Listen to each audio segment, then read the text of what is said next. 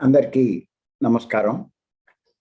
आप सभी को ब्रह्मश्री तटवर्ती राघवराव सर का नमस्कार। కార్యక్రమం ప్రారంభించే ముందు గురువు గారి పత్రి గారికి ఒక్కసారి మనం ధన్యవాదాలు చెప్పుకుందాం. कार्यक्रम शुरू करने से पहले परम गुरु पितामह पत्री जी को धन्यवाद करते हैं। మనం గత 39 ఎపిసోడ్ నుంచి ఒక విషయం మీద చెప్పుకుంటున్నాం. हम पिछले 39 एपिसोड से एक विषय के ऊपर चर्चा कर रहे थे। ఈ రోజు 40వ ఎపిసోడ్.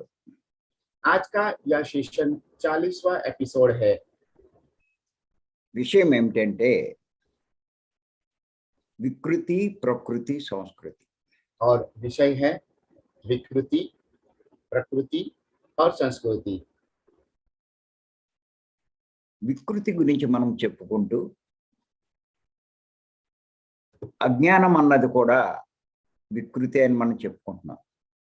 विकृति के बारे में बताते हुए अज्ञान भी विकृति है ऐसा हम बताए हैं। అంటే సృష్టి విరుద్ధమైనది అని. विकृति के मतलब सृष्टि विरुद्ध कार्य करना। సృష్టి విరుద్ధమైనదని सृष्टि विरुद्ध है ऐसा అంటే సృష్టి విరుద్ధమైన పనులు చేస్తూ ఉంటారు. मतलब सृष्टि के विरुद्ध कार्य करते रहते हैं। అంచేత ఎవరైతే అలాంటి ప్రవర్తన కలిగి ఉంటారో इसीलिए जो लोग इस तरह का व्यवहार करते हैं, అలాంటి పనులు చేస్తూ ఉంటారో इस तरह के कार्य करते हैं, వాళ్ళు అజ్ఞానంలో ఉన్నట్టే. वे अज्ञान में हैं ऐसा हम मान सकते हैं। మనం ఇంతకు ముందు చాలా చెప్పుకున్నాం. इसके बारे में हम बहुत कुछ बता चुके हैं। ఈ రోజు మరొకటి చెప్పుకుందాం. आज एक और विषय के ऊपर बात करेंगे। రాసుకోండి చెప్తాను. आपको यह बात नोट करना है। గుణం ముఖ్యం అంటూ गुण मुख्य है ऐसा बोलते हुए రూపానికి, డబ్బుకు ప్రాధాన్యం ఇవ్వడం. सुंदरता और धन को प्रामुख्यता देना। గుణం ముఖ్యం అంటూ రూపానికి, డబ్బుకు ప్రాధాన్యం ఇవ్వడం. गुण मुख्य है ऐसा बोलते हुए सुंदरता और धन को प्रामुख्यता देना। దీని గురించి కొంచెం విపులంగా మనం తెలుసుకున్నాం. अब इसके बारे में थोड़ा विस्तृत में जानकारी प्राप्त करेंगे। మంచి గుణం ఉన్నవాడు మంచి పనులే చేస్తాడు. अच्छा गुण रखने वाला व्यक्ति अच्छा कार्य ही करता है। మంచి పనులు చేసిన వాడికి జీవితం సుఖశాంతులతో ఉంటుంది. जो व्यक्ति अच्छा कार्य करता है उसका जीवन सुख और शांतिमय रहता है। వారందరికీ ఉపయోగపడే పనులే చేస్తూ ఉంటాడు. वे औरों को उपयोगकारी काम ही करते हैं। అందరూ వాడిని ఇష్టపడతారు, మెచ్చుకుంటారు. सब उसे पसंद करते हैं, तारीफ करते हैं। ఎవరి యొక్క గుణం అయితే సరిగ్గా ఉండదో, అంటే చెడుగా ఉంటుందో, जिनका गुण सही नहीं होता है వాడు చెయ్యకూడని పనులు చేస్తాడు. वह जो कार्य नहीं करना चाहिए ऐसा कार्य ही करता है। కష్టాల పాలవుతూ ఉంటాడు. और मुसीबतों का शिकार हो जाता है। వాడు అందరికీ హాని చేస్తూ ఉంటాడు. वह सभी को हानि पहुंचाता है, నష్టాన్ని కలిగిస్తాడు. नुकसान पहुंचाता है। వాడిని ఎవరూ ఇష్టపడరు. इसे कोई पसंद नहीं करता है। వాడి యొక్క రూపం బాగుండొచ్చు, उसका रूप सुंदर हो सकता है, డబ్బు కూడా ఉంటే ఉండొచ్చు. उनके पास धन भी रह सकता है, వాడిని ఎవరు ఇష్టపడరు. लेकिन उसे कोई भी पसंद नहीं करता है। కానీ విచిత్రం ఏమిటి అంటే लेकिन विचित्र बात यह है, అనడం మటుకు గుణమే ముఖ్యమంటూ ఉంటారు. कहने के लिए गुण ही मुख्य है ऐसा बोलते हैं, కానీ డబ్బుకు రూపానికి ప్రాముఖ్యం ఇస్తూ ఉంటారు. लेकिन धन को और सुंदरता को ही प्रामुख्यता देते हैं। ఇది అజ్ఞాన కారణం. यह ही अज्ञान का कारण है। మీకు ఒక ఉదాహరణ చెప్తాను. एक उदाहरण प्रस्तुत किया जा रहा है। చాలా మంది తల్లిదండ్రులు बहुत बहुत तरह के माँ बाप ఈడు వచ్చిన తమ పిల్లలకి సంబంధం చూడాలనుకుంటారు. बच्चों का पुख्त वय होने के बाद उनके शादी के लिए रिश्ता ढूंढते हैं, అంటే పెళ్లి చేయాలనుకుంటారు. मतलब शादी करना चाहते हैं। అందుకోసం जिसके लिए సంబంధాలు చూస్తారు. रिश्ते ढूंढते हैं। అప్పుడు చెప్తూ ఉంటారు, మంచి కుర్రవాడు కావాలి అంటారు. तब वो बोलते हैं कि एक अच्छा लड़का चाहिए, మంచి అమ్మాయి కావాలి అంటారు. एक अच्छी लड़की चाहिए। అంటే దాని అర్థం మంచి గుణం ఉండాలనే దాని అర్థం. इसका मतलब यही है, अच्छा गुणकारी होना चाहिए। కానీ ఆ సంబంధం చూడడానికి వెళ్ళినప్పుడు लेकिन जब वो रिश्ता जोड़ने जाते हैं, तब వారు అందంగా ఉన్నారా లేదా, वह सुंदर है कि नहीं, వారికి ధనం ఉందా లేదా, उनके पास धन है कि नहीं, అన్నదానికే ప్రాముఖ్యం ఇస్తారు.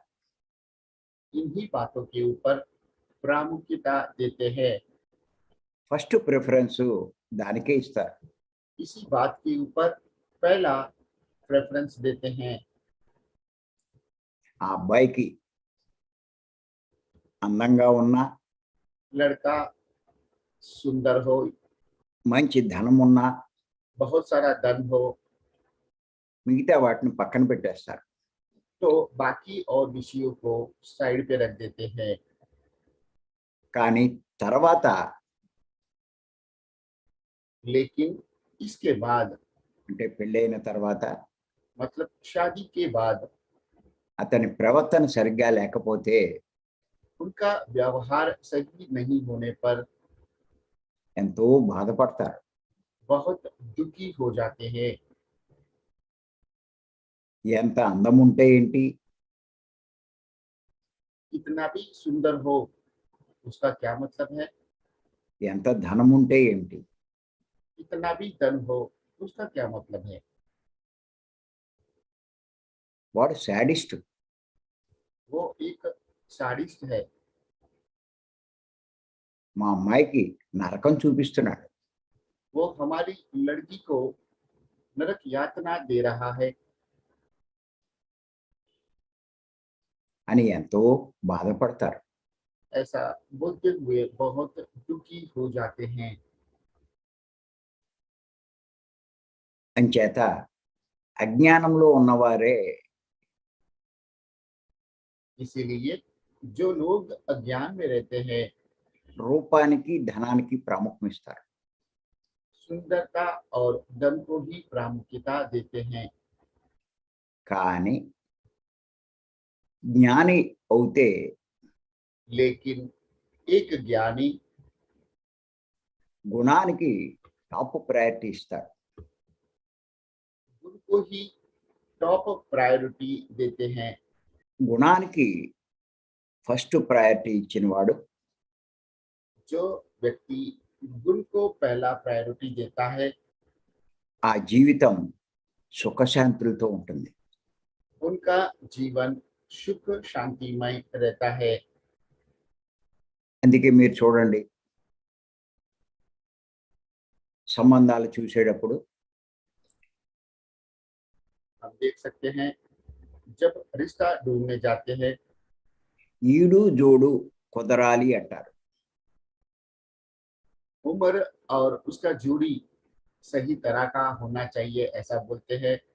ఈడు జోడు అంటే చాలా మంది ఆ పదం ఉపయోగిస్తారు, కానీ बहुत से लोग उम्र और उसका जोड़ी सही होना चाहिए ऐसा बोलते हैं, लेकिन దాని అర్థం పూర్తిగా తెలియదు. उसका पूरा अर्थ उन्हें पता नहीं होता है. ఈడు అంటే వయసు కుదరడం, उनका उम्र सही होना चाहिए, मतलब दोनों के हिसाब से उम्र सही होना चाहिए. జోడు అంటే గుణం కుదరడం. जोड़ी मतलब उनका गुण मिलना चाहिए. ఈ రెండు కుదిరిన వాడి సంసారం స్వర్గమే. जिनका यह दोनों गुण जिनका मिलता है, उनका जीवन स्वर्ग तुल्य होता है.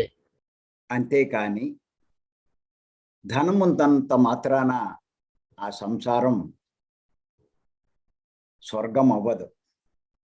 इतना ही है, लेकिन धन होने से उनका जीवन सही नहीं होता है. ఈడు అంటే వయసు కుదరడం అని చెప్పుకున్నాం.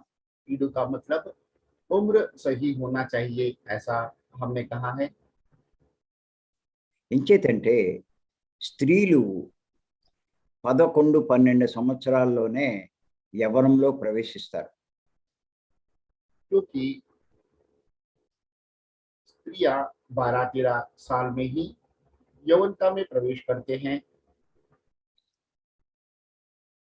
అలాగే పురుషులు 15-16 సంవత్సరాలకి యవ్వనంలో ప్రవేశిస్తారు.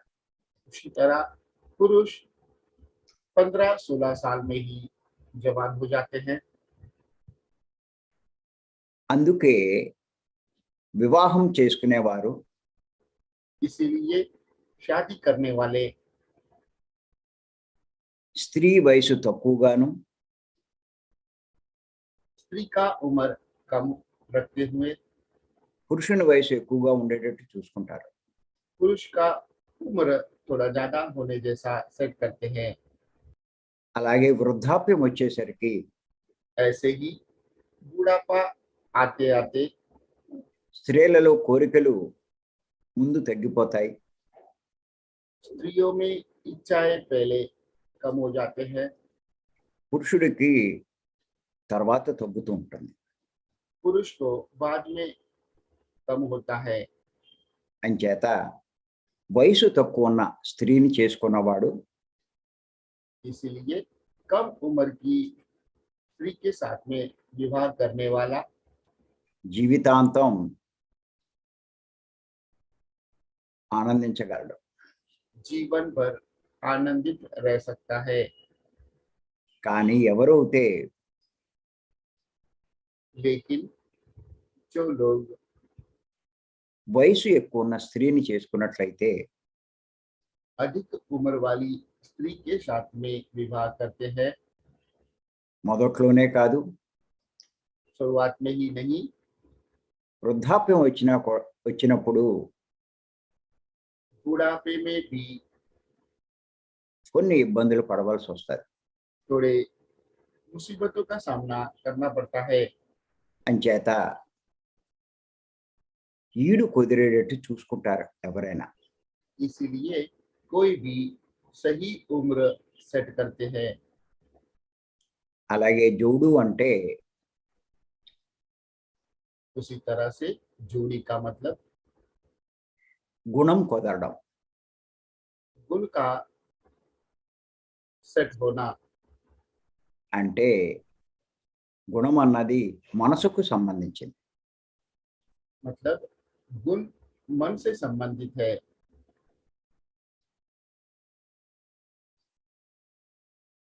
ఈ గుణం కూడా ఒకే రకంగా ఉన్నట్లయితే यदि गुण भी एक जैसा होता है, ఇద్దరికి ఏ ఇబ్బంది ఉండదు. दोनों को कोई तकलीफ नहीं होता है। ఈ గుణం తేడా ఉంటే यदि गुण नहीं मिलते हैं तो చాలా ఇబ్బందులు.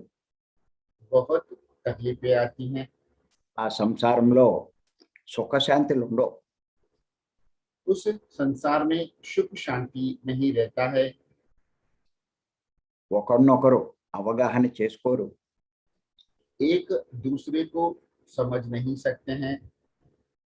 ఒకరి అభిప్రాయాలకి ఇంకొకరి అభిప్రాయాలకి సంబంధం ఉండదు.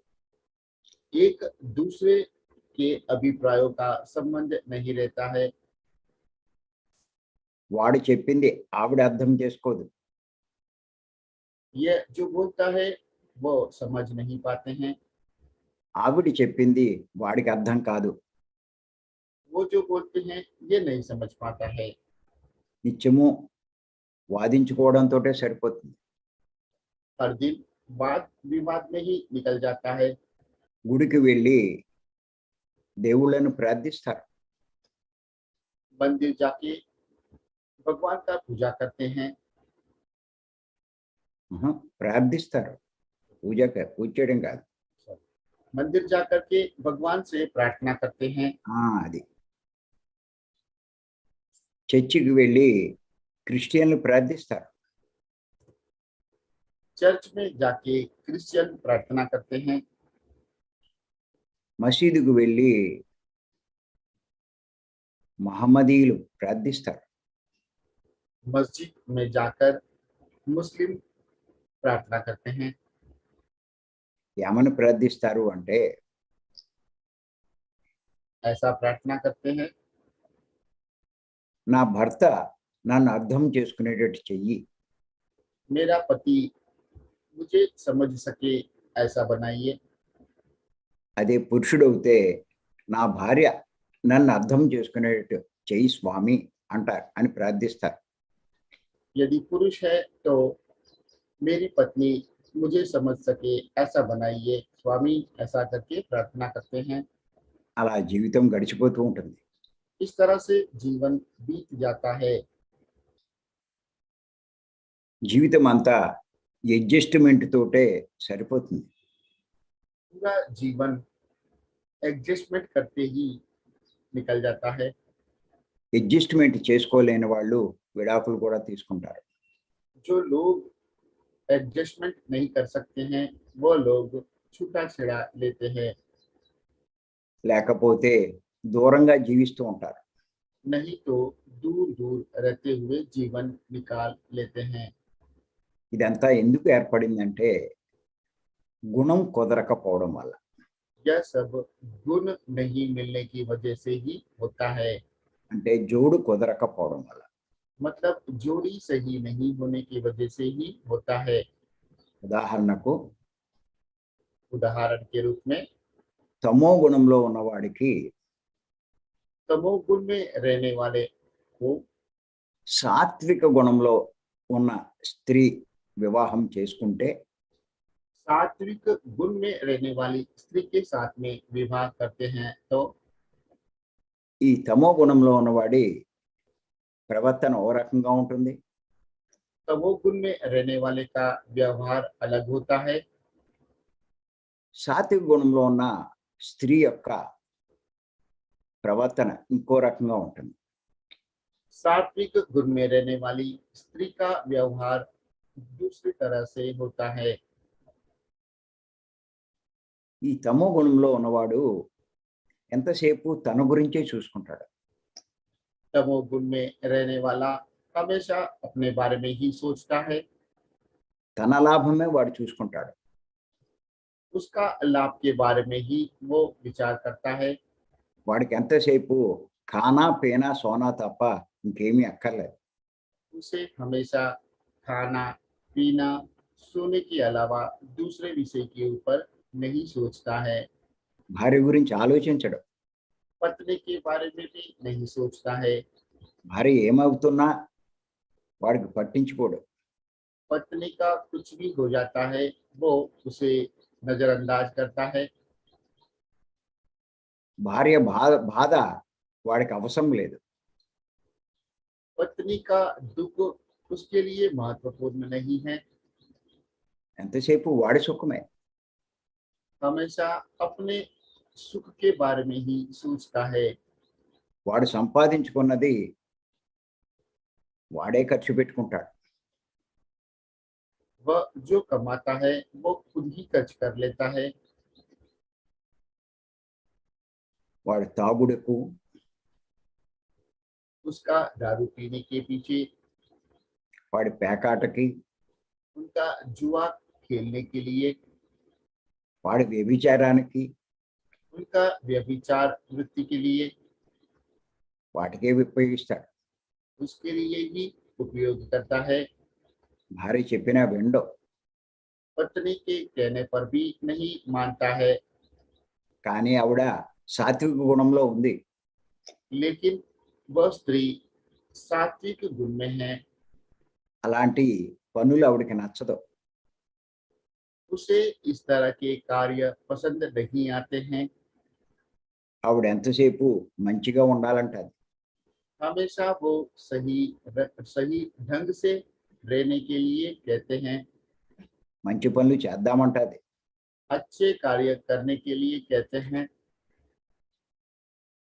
ధ్యానం చేస్తానంటది. ज्ञान करने के लिए कहते हैं। కానీ అది వాడు అర్థం చేసుకోడు. लेकिन उसकी बात को वो कभी समझ नहीं पाता है। ఆవిడ చేసే పనులు చెయ్యనివ్వడు. महिला करने वाले कार्य को वो नहीं करता है। రోజు ఇద్దరు గొడవే. हर दिन दोनों के बीच में झगड़ा होता है। ధ్యానం క్లాసులకు వెళ్తానంటే వెళ్ళనివ్వడు. ज्ञान क्लास में जाने की बात को वो स्वीकार नहीं करता है। ఇదంతా ఎందుకు జరుగుతుందంటే గుణం కుదరకపోవడం వల్లే. यह सब इसीलिए बनता है क्योंकि उन दोनों का गुण नहीं मिलता है। అంటే జోడు కుదరకపోవడం వల్లే. मतलब जोड़ी मैच नहीं होने की वजह से ही हो रहा है। అలాగే కొంతమంది స్త్రీలు తమో గుణంలో ఉంటారు. उसी तरह से कुछ महिला तमोगुण में रहते हैं పురుషులు సాత్విక గుణంలో ఉంటారు. और पुरुष सात्विक गुण में रहते हैं। అప్పుడైనా పరిస్థితి ఇలాగే ఉంటది. कभी भी परिस्थिति ऐसा ही रहता है। భర్త ధ్యానం చేస్తానంటాడు. पति ध्यान करने की बात करते हैं। స్త్రీ దానికి అంగీకరించదు. स्त्री उनकी बात को स्वीकार नहीं करती है। ఆవిడకి ఎంతసేపు భయం. हमेशा उसे डर ही रहता है। వీడు ధ్యానం చేస్తూ చేస్తూ यह ध्यान करते करते హిమాలయాలకు వెళ్ళిపోతే నా బతికేటి అనుకుంటాది. हिमालय में चला जाएगा तो मेरा जीवन का क्या होगा, ऐसा सोचती है। అంచేత సరిగ్గా ధ్యానం చేయనివ్వదు. इसीलिए सही से ठीक से उसे ध्यान नहीं करने देती है। ఆవిడ ధ్యానంలో కూర్చున్నప్పుడు టీవీ పెద్ద సౌండ్ పెడతాది. जब वो ध्यान करता है तो टीवी का आवाज बढ़ा देती है। లేకపోతే వంటగదిలో సామాన్లన్నీ కింద పడేసి చప్పుళ్ళు చేస్తాది. नहीं तो किचन में बर्तनों का आवाज करते हुए उसे बाधित करती है। ఇలాగా గొడవలు పడుతూ ఉంటారు. इस तरह से झगड़ा करते रहते हैं। చివరకు ఆ సంసారము నరకం అవుతుంది. अंत में उनका संसार नरकमय हो जाता है। కానీ గుణము కుదిరితే కనుక लेकिन यदि उन दोनों का गुण मिलता है तब ఆ సంసారం స్వర్గం అవుతుంది. उनका संसार स्वर्गमय हो जाता है। ఇద్దరూ తమో గుణంలో ఉన్నా दोनों तमोगुण में रहने पर भी ఏ ఇబ్బంది ఉండదు. कोई भी तकलीफ नहीं रहता है। ఇద్దరూ సాత్విక గుణంలో ఉన్నా दोनों सात्विक गुण में रहेंगे तब भी ఏ ఇబ్బంది ఉండదు. कोई तकलीफ नहीं रहता है। తమో గుణంలో ఉంటే तमोगुण में रहेंगे तो ఇద్దరూ ఈ दोनों మూడిటికి ప్రాముఖ్యం ఇస్తారు. दोनों इन तीनों बातों के ऊपर प्रामुख्यता देते हैं।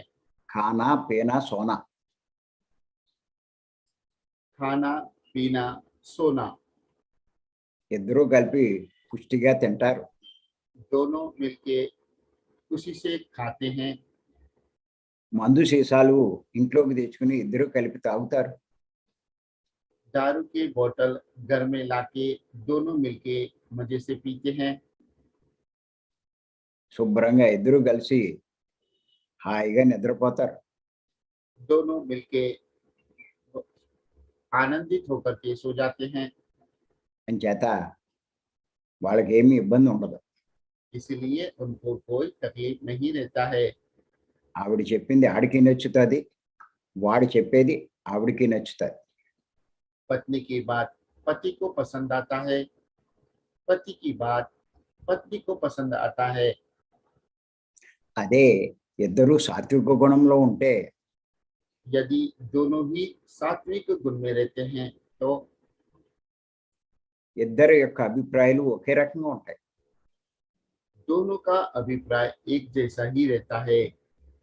ఇద్దరూ కలిసి ధ్యానం చేస్తారు. दोनों मिलके ध्यान करते हैं। ఇద్దరూ పుస్తకాలు చదువుకుంటారు. दोनों किताब पढ़ते हैं। ఇద్దరూ కలిసి వచ్చిన దాంట్లో సేవా కార్యక్రమాలకు ఉపయోగిస్తారు. दोनों मिलके जो कमाया है उसे सेवा कार्यक्रम में उपयोग में लेते हैं। ఒకరు చేసిన దాన్ని ఇంకొకరు కాదని అనరు. एक की बात को दूसरा नहीं काटता है, ఇద్దరి అభిప్రాయం ఒకటే కాబట్టి. क्योंकि दोनों का अभिप्राय एक जैसा ही है। అందుచేత ఆ సంసారం కూడా స్వర్గంగానే ఉంటుంది. इसलिए उनका संसार भी स्वर्गमय रहता है। కానీ లోకంలో लेकिन दुनिया में ఈడు చూసుకుంటున్నారు కానీ జోడు చూసుకోవట్లా. उम्र देखते हैं लेकिन जोड़ी नहीं देख रहे हैं। అంచేత వివాహం చేసుకున్న తర్వాత ఇబ్బందులు ఎదురవుతున్నాయి. इसलिए शादी करने के बाद मुश्किलों का सामना करना पड़ता है। మరి అటువంటి వారు వారి యొక్క జోడి కుదరాలి అంటే यदि इस तरह के लोग उसकी जोड़ी सही ढंग से रहना है तो ఇద్దరి యొక్క గుణం కుదరాలి అంటే मतलब दोनों का गुण मिलने के लिए ఇద్దరూ కలిసి శ్వాస మీద ధ్యాస ఉంచి ధ్యానం చేయాలి. दोनों मिलके श्वास के ऊपर ध्यान केंद्रित करते हुए साधना करना है। సాత్వికమైన శాకారం తీసుకోవాలి. सात्विक आहार का सेवन करना है। అలా కొన్ని నెలలు మనం చేసేసరికి यदि ऐसा कुछ महीनों तक करेंगे तो ఇద్దరూ ఒకటే రకమైన గుణంలోకి వస్తారు. दोनों एक ही तरह के गुण में प्रवेश करते हैं। అప్పుడు వారిద్దరి యొక్క సంసారము స్వర్గం అవుతుంది. तभी उनका संसार स्वर्ग तुल्य हो जाता है। అందుకే పత్రి గారు అందరినీ కలిపి ధ్యానం చేయమంటారు. इसीलिए पत्री जी सब मिलके ध्यान करने के लिए कहते हैं। అందరినీ సాత్వికమైన శాకారం తీసుకోమంటారు. सबको सात्विक शाकाहार लेने के लिए कहते हैं। అంచేత గుర్తుపెట్టుకోండి, इसलिए यह बात याद रखिए, రూపం కాదు గుణానికి ప్రాముఖ్యం ఇవ్వాలి. रूप नहीं गुण को प्रामुख्यता दीजिए। అది ఎవరు చేయగలరు అంటే జ్ఞానం ఉన్నవాడే చేస్తాడు. यह ज्ञान जिसके पास है वही कर सकता है, అంతేకాని అజ్ఞానంలో ఉన్నవాడు అది అర్థం కాదు. इतना ही है। लेकिन अज्ञान में रहने वाले को यह बात समझ में नहीं आता है। మరి అటువంటి జ్ఞానం మనకి శ్వాస మీద ధ్యాస ఉంచి ధ్యానం చేసినప్పుడే వస్తుంది. तो इस तरह का ज्ञान श्वास के ऊपर ध्यान केंद्रित करते हुए साधना करने पर ही आता है। అంచేత ప్రతి ఒక్కరూ ధ్యానం చేయండి. इसलिए सभी को ध्यान करना चाहिए, జ్ఞానం సంపాదించుకోండి. ज्ञान पाना चाहिए। మరి ఈ అవకాశం ఇచ్చి మీ అందరికీ నేను ధన్యవాదాలు చెప్తున్నాను. इस तरह से यह मौका देने के लिए आप सबको धन्यवाद दे रहे हैं। Thank you. Thank you. నమస్తే. प्रणाम सर। सर आज का विषय भी बहुत ही महत्वपूर्ण था कि महत्वपूर्ण बोला है मैंने, अच्छा नहीं बोला, महत्वपूर्ण। तो कि हमें रूप और धन के बजाय गुण को प्रमुखता देना, और ये सिर्फ आपसी संबंधों में ही नहीं, पति पत्नी के विषय में, हर क्षेत्र में आजकल इसकी बहुत जरूरत है। क्योंकि हर जगह ही धन और रूप को प्रमुखता दी जाती है, उसके बजाय गुणों पर ध्यान देने की बहुत जरूरत है, और ऐसा एक ज्ञानी ही कर सकता है। ఈ రోజు సెషన్ కూడా చాలా గొప్పగా ఉంది అన్నారు సార్। మరి ఈ రోజు మీరు అందాన్ని మరి ధనానికి ప్రయారిటీ ఇవ్వడం కన్నా గుణానికి ప్రయారిటీ ఇవ్వాలని చెప్పారు। అది ఆపసి సంబంధం అంటే వివాహ కార్యక్రమాలనే కాకుండా వేరే ఏ రంగాల్లోనైనా కూడా గుణాలు కలిసి ఉంటే వారు అన్ని పనులు కూడా సక్రమంగా చేయగలుగుతారని చెప్తున్నారు। Yes ma'am. यस, तो सर ने जैसे पति पत्नी के संबंध में इस बात को बताया, लेकिन मैं जो अभी समाज में देखती हूँ, चाहे आप अपने भौतिक जीवन की आवश्यकताओं की पूर्ति के लिए नौकरी के लिए जाते हैं, कहीं भी जाते हैं, आप समाज में वैसे भी जाते हैं, तो रूप और धन को ही लोग ज्यादा प्राथमिकता दे रहे हैं। గురువు గారు మరి భార్యాభర్తల సంబంధం గురించి చెప్పారు, కానీ నేను సమాజంలో చూస్తున్నాను, ఒకవేళ వ్యవసాయం కొరకు కానీ నౌకరీ చేయడం కొరకు వెళ్ళినప్పుడు వారు అక్కడ గుణాన్ని కాకుండా ఆ రూపాన్ని మరియు వారిని బట్టే వారు వ్యవహారం చేస్తున్నారు, దానివల్ల ఇబ్బందులు అవుతున్నాయి అని చెప్తున్నారు। వ్యవసాయంలో కూడా రూపాన్ని ధనానికి ప్రయారిటీ ఇవ్వడం వల్ల అక్కడ కూడా ఇబ్బందులు అవుతున్నాయి। ఒకవేళ వారి యొక్క గుణాలు కలిస్తే వారికి ధ్యానం నేర్పినట్లయితే మనం ఒక విధంగా సమాజాన్ని కూడా బాగు చేసిన మేలు చేసిన వారం అవుతామని చెప్తున్నారు సార్। మేడం, జస్ట్ హియర్ మీ. వ్యవసాయంలో ఉండేవాళ్ళు కానీ, పనులు చేసుకునేటువంటి వాళ్ళు కానీ,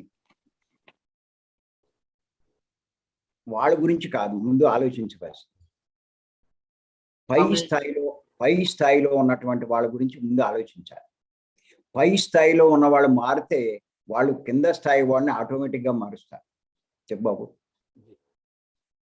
गुरु जी का संदेश यह है कि हम व्यवसाय में रहने वाले, नौकरी में रहने वाले के बारे में नहीं सोचना चाहिए।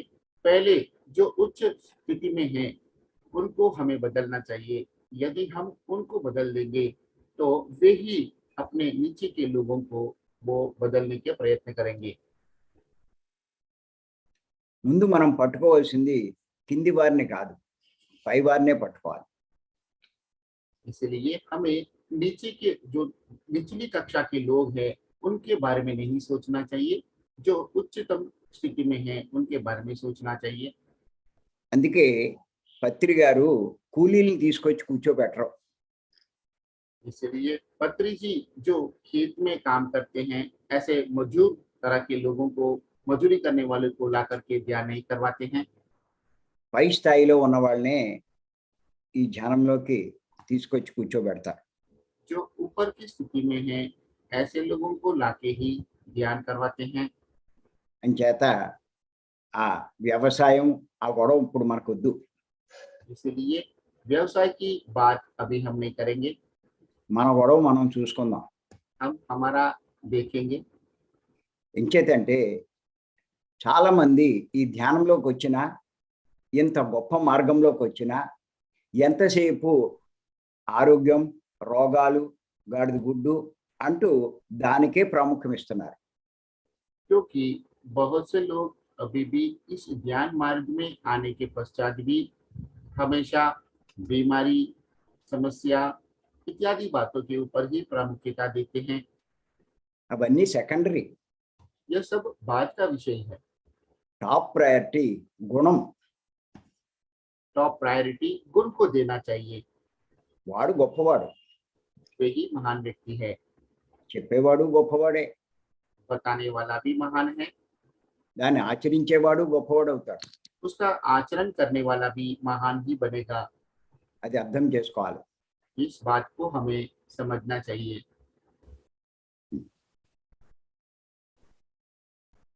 बोलिए मैडम.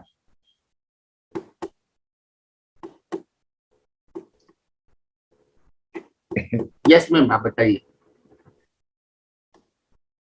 था कि ये जो एक आजकल हर क्षेत्र में ही एक समस्या बन गई है कि लोग गुण के बजाय धन और रूप को ज्यादा प्रमुखता देते हैं, तो एक आम इंसान को हर जगह इस वजह से दिक्कत आती है, फ्रस्ट्रेशन होता है।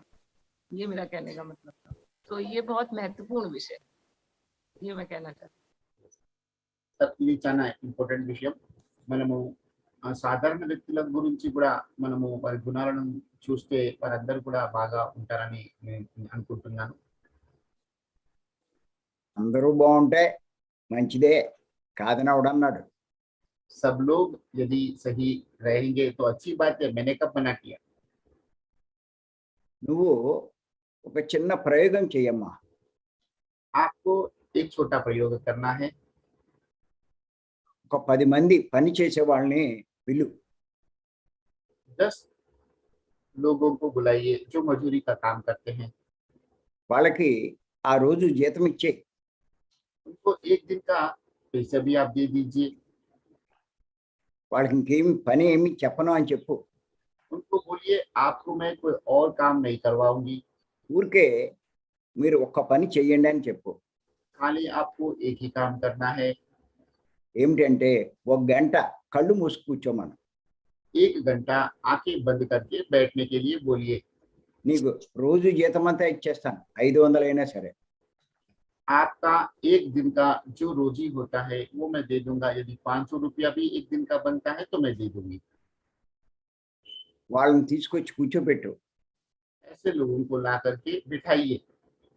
వాళ్ళు పని లేకుండా 500 వస్తాయని చాలా హుషారుగా వస్తారు. वे लोग बिना काम के मुझे 500 रुपया मिलेंगे इस बात से खुशी से आ जाएंगे। కానీ కళ్ళు మూసి కూర్చున్నాక తెలుస్తుంది వాళ్ళకి. लेकिन आंखें बंद करके बैठने के बाद में उसे समझ में आ जाता है వాళ్ళ వల్ల కాదు. ये उनसे नहीं हो पाएगा। 5 నిమిషాలు కూడా కళ్ళు ముగిలేరు. 5 मिनट भी आंखें बंद करके नहीं बैठ पाएगा। వాళ్ళు నరకం అనుభవిస్తారు. वो नर्क यातना समान उसे लगता है। అప్పుడు వాళ్ళు కళ్ళు తెరిచేసి నీతో ఏమంటారంటే, तब वो आंखें खोल के आपसे कहेंगे అమ్మా నీకో దండం, माँ जी आपको एक प्रणाम। ఆ 500 మేమే నీకు ఇస్తాం, మాకు ఈ పని మటుకు చెప్పుకో అంటారు. जरूर पड़े तो मैं ही आपको 500 रुपया दे दूंगा, हमसे ये काम मत करवाइए। అని చెప్పి దండం పెట్టి పారిపోతారు. ऐसे आपको नमन करते हुए वहां से भाग जाएंगे। అలాంటి మూర్ఖుల్ని నువ్వేం మారుస్తావు? इस तरह के मूर्ख लोगों को आप क्या बदल पाओगे? నీకెందుకు వాళ్ళ గొడవ? आपको उसकी चिंता क्यों है? ఆసక్తి ఉన్న వాళ్ళ మీద దృష్టి పెట్టు. जिनको इस तरह के कार्यों के ऊपर आसक्ति है उनको आप उनके ऊपर ध्यान केंद्रित कीजिए। మనకు బుద్ధి లేకపోతే అలాగే ఆలోచిస్తాం. यदि हमारे पास बुद्धि नहीं रहेगा तो हम भी उनके जैसा ही सोचेंगे। బుద్ధి ఉన్నవాడు మూర్ఖుల్ని సంస్కరించడానికి చూడడం. जिनके पास बुद्धि है वो मूर्खों को संस्कारित करने का प्रयत्न नहीं करते हैं। వాళ్ళు ఒక 200-300 జన్మలు అలాగే జీవిస్తారు. वे लोगों को 200 से 300 जन्म ऐसे ही जीवन जिएंगे। అంచేత వాళ్ళ గొడవ మనకు అనవసరం. इसलिए उनके बारे में हमें नहीं सोचना है। 20 సంవత్సరాల క్రితం పత్రి గారి దగ్గర నాకు ఈ అనుభవమే వచ్చింది. 20 साल पहले पत्री जी के पास मुझे भी यही अनुभव आया था। ఆయన్ని తీసుకుని ఒక 20-30 కిలోమీటర్ల దూరంలో ఉన్న ఒక చోట క్లాస్కి తీసుకెళ్ళడానికి కారులో వెళ్తున్నాం. मैं उनको ले जाकर 20 से 30 किलोमीटर के दूरी पार करके एक व्यक्ति को ध्यान सिखाने के लिए हम जा रहे थे। ఒక 20 మంది 30 మంది ఉంటారు అక్కడ. वहाँ पे 20 या 30 लोग रहते हैं। వాళ్ళ కోసం 30 కిలోమీటర్లు వెళ్తున్నాం. उनके लिए हम 30 किलोमीटर दूर जाते हैं। వెళ్తూ ఉంటే దారిలో రెండు పక్కల ఎంతో మంది పని చేసుకునే వాళ్ళు, వ్యవసాయం పనులు చేసుకునే వాళ్ళు, కూలి పనులు చేసుకునేవాడు, చేపలు అమ్ముకునే వాళ్ళు, ఇలాంటి వాళ్ళు ఎంతో మంది అటు ఇటు ఉన్నారు. बीच रास्ते से जब हम जाते हैं तो दोनों तरफ खेती में काम करने वाले मजदूर, व्यवसाय करने वाले, मछली बेचने वाले, इस तरह के बहुत लोग हमें दिखाई दिए। అప్పుడు నేను పత్రికని అడిగాను, तभी मैंने पत्री जी से पूछा, వీళ్ళందరినీ మనం ఎప్పుడు మారుస్తామండి అని. इन सबको हम कब बदलेंगे? అప్పుడు ఆయన చెప్పారు, तब उन्होंने मुझे ये कहा, వాళ్ళ గొడవ నీకెందుకు, इनकी चिंता आपको क्यों है? నీకు ఎవడవుతే ఆసక్తి చూపిస్తారో వారిని చూసుకో.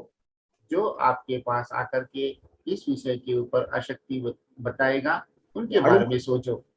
వాళ్ళు మారితే తర్వాత వీళ్ళంతా మారుతారు అన్నాడు. यदि वो बदलेंगे तो उसके बाद उनके पीछे पीछे ये भी बदल जाएंगे। భగవద్గీతలో కూడా ఒక శ్లోకం ఉంది. भगवत गीता में भी एक श्लोक है। ఆయన చాలా స్పష్టంగా చెప్పాడు, उन्होंने भी स्पष्ट रूप से बताया है, ప్రతి ఒక్కరూ నా మీదే దృష్టి పెడతారు, हर कोई मेरे ऊपर ही दृष्टि केंद्रित करता है। నేనేం చేస్తే అది చేస్తారు. मैं जो करता हूँ वही करते हैं। అంచేత నేను చాలా జాగ్రత్తగా ఉండాలి. इसलिए मुझे बहुत सावधानी से रहना है। నా ప్రవర్తనలో తేడా ఉంటే వాళ్ళందరూ నాశనమైపోతారు. यदि मेरा व्यवहार में कुछ गलत आ जाता है तो सभी लोग नाश हो जाएंगे। నేను సరిగ్గా ఉంటే వాళ్ళందరూ బాగుపడతారు. यदि मैं सही ढंग से रह पाऊंगा तो सभी लोग सुधर जाएंगे। అంచేత జ్ఞానుల్నే అజ్ఞానులంతా అనుసరిస్తారు. इसलिए एक ज्ञानी को ही अज्ञानी अनुकरण करता है। అందుకే మనం కూడా చూడండి, ఇప్పుడున్న మన సొసైటీలో अभी भी आप देख सकते हो, हम जिस सोसाइटी में हैं, పత్రికని అందరూ కూడా గమనిస్తూ ఉంటారు. सभी लोग पत्री जी को बहुत गौर करके देखते हैं। ఆయన ఏం చేస్తే అదే రైట్ అనుకుంటారు. वे जो करते हैं उसे ही सही मानते हैं, అంతకన్నా ఆలోచించరు. उससे आगे नहीं सोचते हैं। అందుకే పత్రికారు కూడా జాగ్రత్తగా ఉంటారు. इसलिए पत्री जी भी बहुत सावधानी से रहते हैं। ఆయన అజ్ఞానులకి దానికి తగ్గట్టు చెప్తూ ఉంటారు. वे अज्ञानी जब उनके पास आते हैं तो उनके हिसाब से बताते हैं। జ్ఞానులు వస్తే దానికి తగ్గట్టుగా ఆయన చెప్తూ ఉంటారు. कोई ज्ञानी आता है तो उनके हिसाब से उनको बताते हैं। ఆయన బ్రహ్మజ్ఞాని, वे ब्रह्मज्ञानी है, అంచేతే ఆ రకంగా ఆయన చెప్తూ ఉంటారు. इसीलिए वो इस तरह से बता सकते हैं। అంచేత వ్యవసాయం చేసే వాళ్ళ గురించి, इसलिए व्यवसाय करने वाले को, కూలి పనులు చేసుకునే వాళ్ళు, मजदूरी का काम करने वाले को, వాళ్ళ గొడవ మనకెందుకు, उनके बारे अदिति? में हमें नहीं अदिति? सोचना है। अदु మన గొడవ మనం చూసుకోవాలి.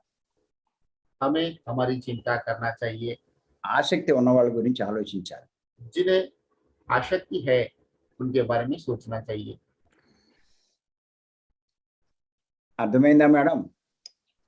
समझ में आया डॉक्टर रेणु जी? రేణు, मैम शायद आपका नेट स्टक हो चुका है अथवा आप अनम्यूट हो। आ रही है आवाज? हाँ जी, अभी आ रही है। हाँ, thank you sir, thank you so thank you. Give top priority for Guna. Don't focus on health. Health is not, it is the only factor. So many factors are there. Concentrate on other factors also, which are most important. Okay, thank you. हाँ, तो मैं हिंदी में बता दूंगी, कल कल उसमें मैं मेंशन करूंगी सर, अभी नहीं। तो सेशन तो बहुत अच्छा है, हाँ बहुत अच्छा जानकारी होता है। अभी देखो रूप के बारे में, गुण के ये क्या बोलते हैं, कुछ पैसे के बारे में नहीं, आदमी को गुण के बारे में तो बहुत जानकारी जानना है। लेकिन बाहर का लोग तो ज्यादा रूप को देख के और उनका धन को देख के ही बाहर प्रायोरिटी देता है। ऐसा नहीं, जैसा गुण के लिए देना है, बराबर का गुण मिलता तो उनका लाइफ बहुत सीधा चलेगा। ये ने बहुत अच्छा बताया है आज के सेक्शन में। बहुत धन्यवाद है सर आपको। Thank you, madam. Thank you ma'am. Abhijit, Chandrapur. Yes, Abhijit ji अपने आप को अनम्यूट करेंगे। नमस्ते सर। Namaste, Abhijit ji. नमस्ते सर, आत्मवंदन। No, you are not coming for the Zoom. Yes, I am daily coming sir, up to ध्यान। इसके बाद मेरा मुझे जाना होता है, इसलिए मैं ये ज्ञान का सेशन नहीं कर पाता हूँ या बाद में सुनता हूँ सर। मैं डेली ध्यान में जुड़ता हूँ सर। Okay, okay.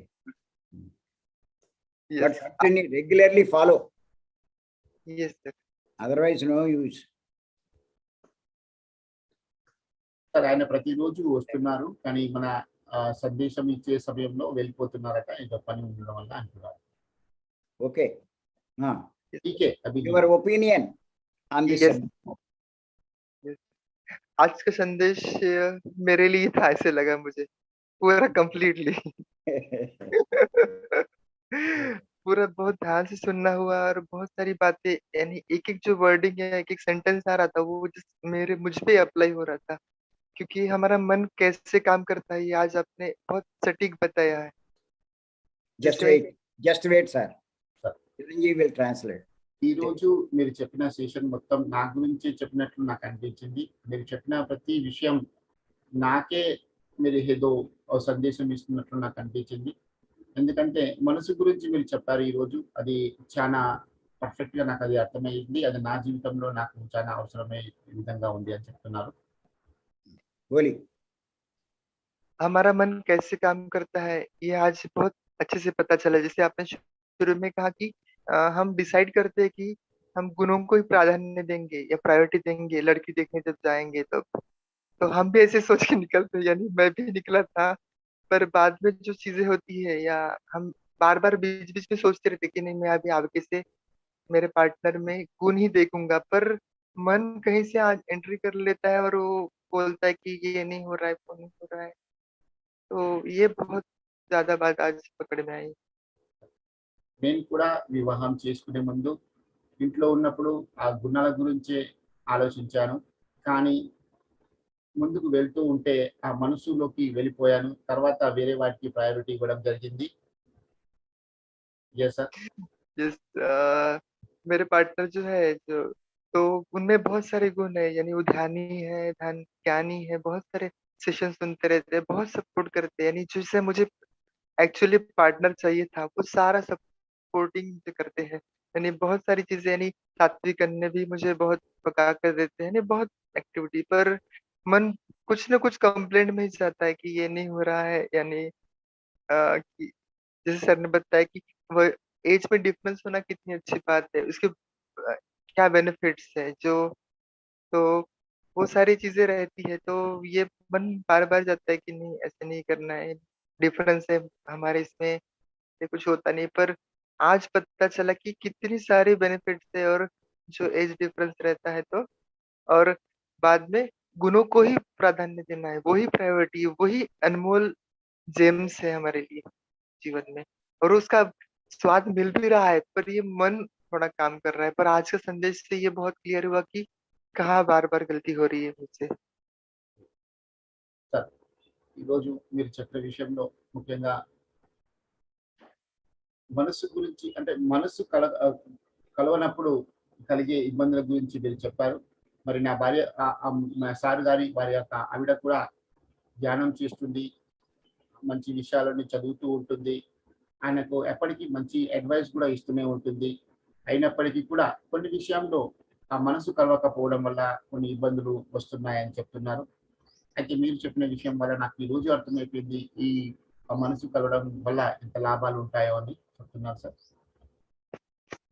और यह रिलेशन इतना महत्वपूर्ण है कि जो हमारे हमें हमें अपना आईना दिखाता है। तो जैसे यानी हम कहाँ पे दोष लगाते हैं, तो सबसे ज्यादा दोष पार्टनर पे लगते हैं, क्योंकि वो हम पर डिपेंड होता है थोड़ा सा, या मेल में वही होता है। तो वहां पे पता चलता है कि हाँ, मेरे अंदर अभी भी गुस्सा है। तो ये बातें भी पार्टनर और हमें बहुत सारी टीचिंग वो देता है, यानी इनडायरेक्टली सॉफ्टली ऐसे से अपने रूटीन में से वो इतनी सारी चीज बदलाव हमें मुझ में ला रहा है, हम में लाता है। तो ये बहुत एक वरदान है एक्चुअली पार्टनर का अच्छा होना। वो ही हमें सबसे ज्यादा यानी हम पर कार्य करवा रहा है। गुरु का टीचिंग वो कैरी करता है और फॉलो करके हमें हमारे ओरिजिनल स्वरूप में ला रहा है। మరి సార్ వాళ్ళ ఆవిడ గురు దగ్గర కొన్ని జ్ఞానాన్ని నేర్చుకొని ఆ విషయాన్ని ఆయనకు చెప్పి తనలో ఉన్న కొన్ని లోపాలను సరి చేస్తూ ఉంటుంది. అవన్నీ కూడా ఆయన అర్థం చేసుకొని వాటిని ఆచరిస్తున్నారు. దీనివల్ల ఒక మంచి పార్ట్నర్ దొరికితే మన జీవితం ఎలా బాగుంటుందో అని ఆయన చెప్తున్నారు సార్. Yes. यानी एक तरह से देखा जाए तो पार्टनर बहुत ही अच्छा होना ये अच्छी बात है। यानी गुरु का कितना महत्व है। जैसे आज तटवर्ती सर को देखते हैं और राजलक्ष्मी मैडम को देखते हैं तो अच्छा लगता है कि हमारा भी जीवन ऐसा हो, ऐसा लगता है। तो ऐसा हो भी रहा है एक्चुअली दोनों के द्वारा, या सभी सत्य जी के द्वारा भी हम संघ यही कार्य कर रहा है। तो बहुत थैंक यू सर इस सेशन के लिए, और आज के सेशन के लिए specially thank you. Thank you. Life partner బాగా ఉంటే జీవితం ఎంత అద్భుతంగా ఉంటుందో అది నాకు తెలుస్తుంది. మరి అమ్మవారిని, గురువు గారిని కూడా చూస్తే వారు కూడా ఏ విధంగా ఈ ధ్యాన కార్యక్రమాలు ఇవన్నీ కూడా నడిపిస్తున్నారో అది మాకు చాలా ఆనందంగా ఉంది. మేము కూడా అలా వర్క్ చేయాలనుకుంటున్నాము. ఈ రోజు సెషన్ చాలా అద్భుతంగా మీరు చెప్పారు సార్. మీకు ధన్యవాదాలు చెప్తున్నాను సార్. అభిజిత్, ఎవరి జీవితం బాగుండాలన్నా ఇద్దరు రెగ్యులర్గా తీవ్ర సాధన చేయాలి. अभिजीत जी, आपके लिए गुरु जी का संदेश ये है, यदि किसी का भी जीवन सही ढंग से, मतलब वैवाहिक जीवन सही ढंग से चलना है तो वो दोनों मिलकर के रेगुलरली तीव्र ध्यान साधना करना जरूरी है. కొన్ని నెలలు తీవ్ర సాధన చేసినట్లయితే यदि कुछ తప్పనిసరిగా ఎంతో మార్పులు వాళ్ళు చూస్తారు. यदि कुछ महीनों तक दोनों मिलके तीव्र ध्यान साधना करेंगे, निश्चित रूप में उनमें बहुत बदलाव आप देख सकते हो. దాంతోపాటు ఆహార నియమాలు కూడా పాటించాలి. उसके साथ में आहार नियमों का भी पालन करना जरूरी है. అదే సొల్యూషన్. यही सॉल्यूशन है. Thank you sir. Thank you Abhijit ji, आपने बहुत ही अच्छी से सुझाव दिया. ऐसे ही सुझाव देते रहेंगे. धन्यवाद. ఆయుష్, नमस्ते आयुष जी, अपने आप को अनम्यूट करेंगे, साथ में आपका वीडियो ऑन करेंगे.